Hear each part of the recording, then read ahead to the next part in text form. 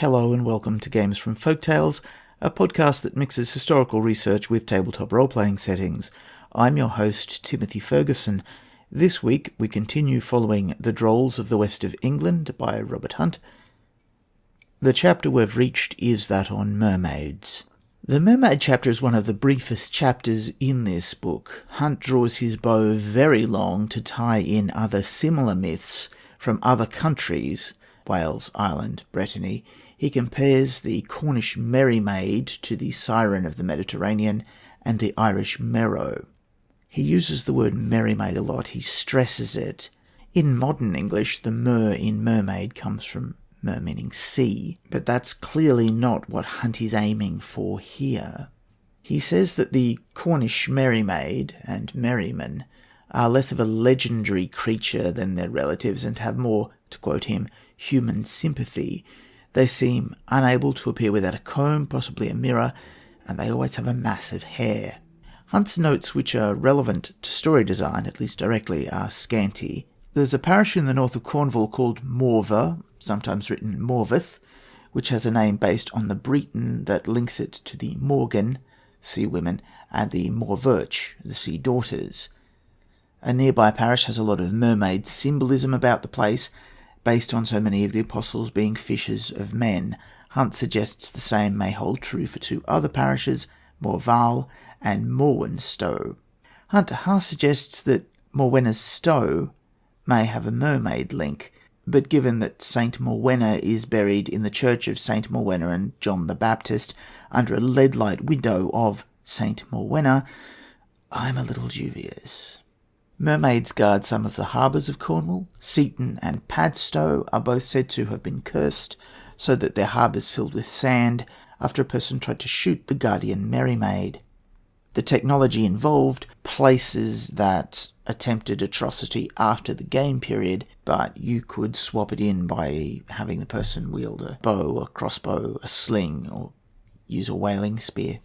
There are two longer stories, The Old Man of Curry and The Mermaid's Vengeance. In The Old Man of Curry, or possibly Curry, the titular character is having a stroll by the seaside and notices a woman sitting on a rock. She cries out when she sees him and slips into the rock pool. The man thinks she was a bather and slipped into the rock pool to avoid his gaze and that she may drown, so he rushes to the pool. He then realizes the woman is actually a mermaid and she seems distressed. After coaxing her to the surface by telling her he's an old man and no more threatening than her grandfather, he asks her some questions. He learns that her husband and children are napping in a cave, and while they slept she wanted to view the land and smell the flowers. These are, we may note, the flowers of Land's End that mortals can smell but never find, save at liminal times. She was distracted by dressing her hair, using the pool as a mirror, and was stranded by the tide. She was worried that her husband would be angry if he woke and she was away, as he was terribly jealous. Time to quote Hunt. She begged the old man to bear her out to sea. If he would but do so, she would procure him any 3 things he would wish for. Her entreaties at length prevailed, and according to her desire, the old man knelt down on the rock with his back towards her. She clasped her fair arms about his neck and locked her finny fingers together on his throat. He got up from the rock with his burthen and carried the mermaid thus across the sands. I'd just like to note here that this man's very trusting. Some fairies would use this to ride him into the ocean. As she rowed this way, she asked the old man to tell her what he desired. "I do not wish," said he, "for silver and gold, but give me the power to do good by my neighbours. First, to break the spells of witchcraft, next, to charm away diseases, and thirdly, to discover thieves and restore stolen goods." Again to break from Hunt. Do fairies keep meeting men and eating the bad ones, so that we only hear this story about a nice old chap? Or does the fairy wait until she finds a person whose wish she can fulfill with the limited range of power she can bestow, so she can then say, "I'll give you anything," knowing in advance he's going to pick the handful of things that she can actually deliver? But back to the story. All this she promised he should possess, but he must come to a half-tide rock on another day, and she would instruct him how to accomplish the 3 things he desired. They then reached the water, and taking the comb from her hair, she gave it to the old man, telling him he had but to comb the water and call her at any time, and she would come to him. The mermaid loosed her grasp, and sliding off the old man's back into the sea, she waved him a kiss and disappeared. I'd like to note at this point that this makes him what's called a nympholept.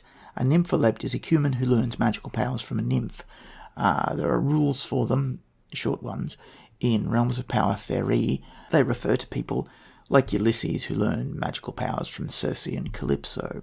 I'd suggest that the comb may be an external viz source because that gives it a continuous connection to the fairy. In a sense, it's the fairy's embodiment, and so the fairy automatically knows what's going on around it and manifests a human fish form near the external viz source when it is used. At the appointed time, the old man was at the half-tide rock, known at the present time as Merrymaids Rock, and duly he was instructed in many mysteries. Amongst others, he learned to break the spells of witches on man or beast, to prepare a vessel of water in which to show to anyone who had property stolen the face of the thief, to charm Shingles, Tetters, St. Anthony's Fire, and St. Vitus's Dance, and he learnt also all the mysteries of bramble leaves and the like. In the real world, shingles is a rash caused by the chickenpox virus. Tetters is any skin disease that causes pustules or crusting, such as ringworm or eczema. St. Anthony's Fire refers either to ergotism, which is poisoning based on a natural relative of LSD, or an inflamed skin infection caused by a strain of strep. St. Vitus's Dance is a disease that manifests itself as spasmodic movements. It's a result of an autoimmune response to rheumatic fever. Back to Hunt. The mermaid persuaded her old friend to take her to some secret place from which she could see more of the dry land and of the funny people who lived on it and had their tails split so they could walk. On taking the mermaid back to the sea, she wished her friend to visit her abode and promised to even make him young if he would do so, which favour the old gentleman respectfully declined. A family well known in Cornwall have, for some generations, exercised the power of charming, etc. They account for the possession of this power in the manner related. Some remote great-grandfather was the individual who received the mermaid's comb, which they retain to the present day, and show us as evidence of the truth of their being supernaturally endowed. Some people are unbelieving enough to say that the comb is only part of a shark's jaw. Sceptical people are never lovable people. And that ends the quote. I'm going to try and clean it out, but apologies for any cat sounds in the background there. Hunt then spends half the chapter discussing a single story he's tacked together from 3 versions heard in 3 different villages. The plots are not particularly useful to gamers, so I thought I'd speed through it, flagging the useful fragments. There was a good farmer, a lazy steward, and a lord, and the steward wore down the peasant. The only thing in his life that was wonderful was his daughter Selina, who was 18, gorgeous, and simple. She clearly has the beauty that draws Troublefloor from Realms of Power Faerie. And now, time for some Hunt. The village gossips, who were always busy with their neighbours, said strange things of this girl. It was commonly reported that the real child was remarkably plain, in every respect a different being from Selina.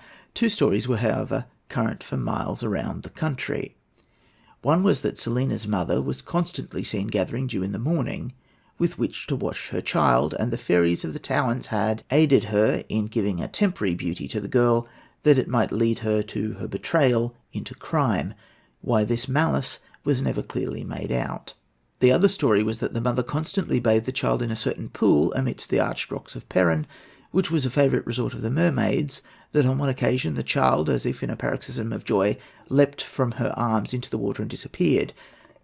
The mother, as may well be supposed, suffered a momentary agony of terror, but soon the babe swam up to the surface of the water, its little face more bright and beautiful than it ever before had been. The mother knew no difference in the child, whom she pressed lovingly to her bosom, but all the aged crones in the parish declared it to be a changeling. The tale lived its day, but as the girl grew on to womanhood and showed none of the special qualifications belonging either to the fairies or to mermaids, it was almost forgotten. To break from Hunt's Selina's simplicity here seems to be related to the cultural idea that the fey-touched are socially withdrawn. I work with special needs kids as part of my daily job, and there's a strain of thought that turns up in the autism spectrum disorder community that some of these fairy-touched children may have been on the spectrum. It's hard to pick out individuals over that space of time. But I just wanted to note that when we say someone is simple, in this sort of folklore, we don't necessarily mean stupid.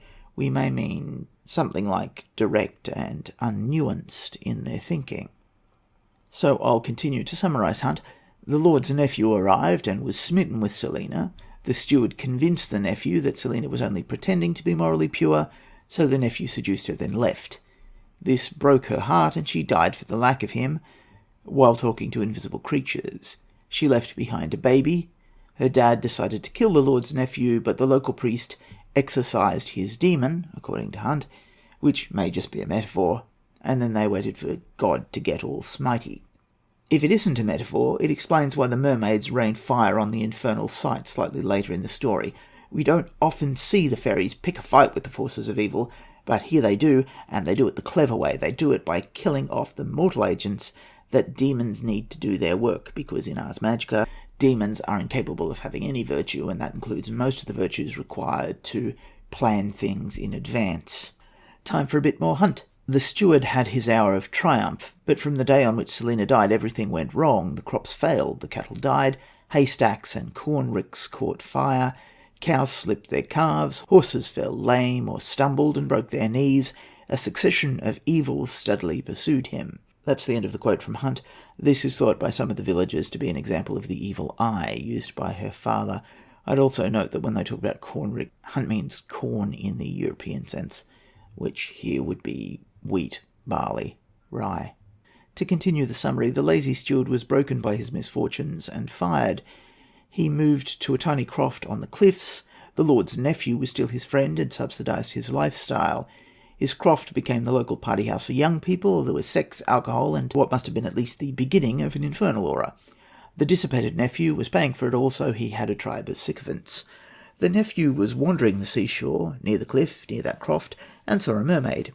She tried to flee, but he grabbed her from behind and threatened her. She turned, and her face was Selina's. Hunt has muddled his sources here, so this mermaid is either Selina, Selina's mother, or a sort of fairy godmother. Regardless, she kisses him, and then tells him that the kisses in the sea are as constant as those on land are fickle. He was now hers until death. She made clear, in saying that she meant that he shouldn't start any long novels. Then she kissed him again, and told him to get his affairs in order. She keeps, in the story, pretending to be Selina and torturing him with endearments, which she clearly doesn't mean, because he's under her paralysis power, and it is clear she is going to cause his death by holding him in place until the tide rises and he drowns. At one point, she even has him move further away from the water so that she can keep tormenting him for longer.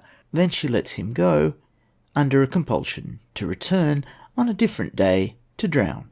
She's a phantom lover, a type of fairy that is discussed in Realms of Power Fairy, but a weird one, who's not feeding on love, but on terror and regret. She's going meta on the role of phantom lover. The nephew went to a priest and was told it was just a vivid dream, and that's not the rite of reconciliation, so that's bad news when the fairies draw him back to the beach to drown him. Prior to using his corpse as a surfboard, they called lightning down to destroy the ex-steward's house. There are even traditional songs in this story, but let's stop there. So the balance in Hunt's chapter there is deeply strained by the two longer stories toward the end. Next week, his writing structure becomes even worse when we start discussing the magical rocks of Cornwall.